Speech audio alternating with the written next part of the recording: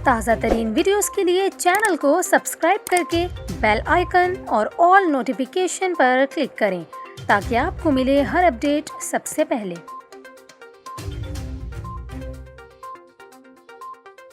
और यहाँ पर आपको खबर दें, पंजाब से कराची जाने वाली माल गाड़ी को हादसा पेश आ गया जिससे ट्रेनों की आमदोरफ्त मुअत्तल हो गई। खैरपुर में माल गाड़ी की बोगी पटरी से उतर गई। आपको बताएं, खैरपुर में टंडो मस्ती के करीब माल गाड़ी की बोगी पटरी से उतरने के बाइस पंजाब से कराची जाने वाला ट्रैक बंद हो गया। रेलवे हुकाम के मुताबिक पंजाब से कराची जाने वाली मालगाड़ी को हादसा पेश आया, ताहम इस हादसे में कोई जानी नुकसान नहीं हुआ, लेकिन ट्रेनों की आमदोरफ्त मुअत्तल है।